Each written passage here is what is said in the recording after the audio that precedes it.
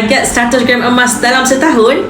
Ramai yang fikir ianya mustahil, tetapi sebenarnya ia boleh dicapai dengan strategi yang jelas. Save dan share dulu video ini supaya ia boleh jadi rujukan di masa akan datang.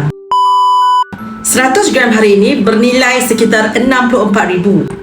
Apabila kita pecahkan kepada 12 bulan, tuan-puan boleh letakkan target untuk menabung sekitar RM5,300 sebulan. Atau jika dipecahkan lagi, sekitar RM1,300 seminggu. Bagi sesetengah orang, jumlah ini nampak besar, tetapi untuk usahawan, profesional berpendapatan tinggi atau mereka yang serius mahu membina aset yang kukuh, angka itu sebenarnya realistik.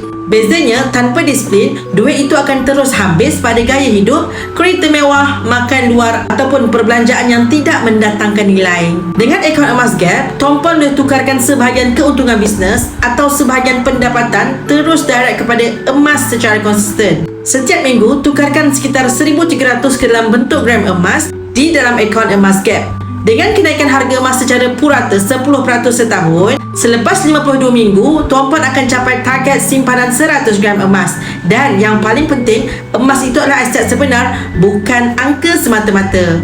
Dengan disiplin, 100 gram emas setahun bukan lagi mustahil, tetapi inilah sasaran yang boleh dicapai oleh sesiapa yang benar-benar serius mahu melindungi dan membina kekayaan. Untuk bermula, tuan-puan boleh klik link di bio saya, Safia Sofyan, daftar akaun emas Gap dan saya akan bimbing langkah seterusnya.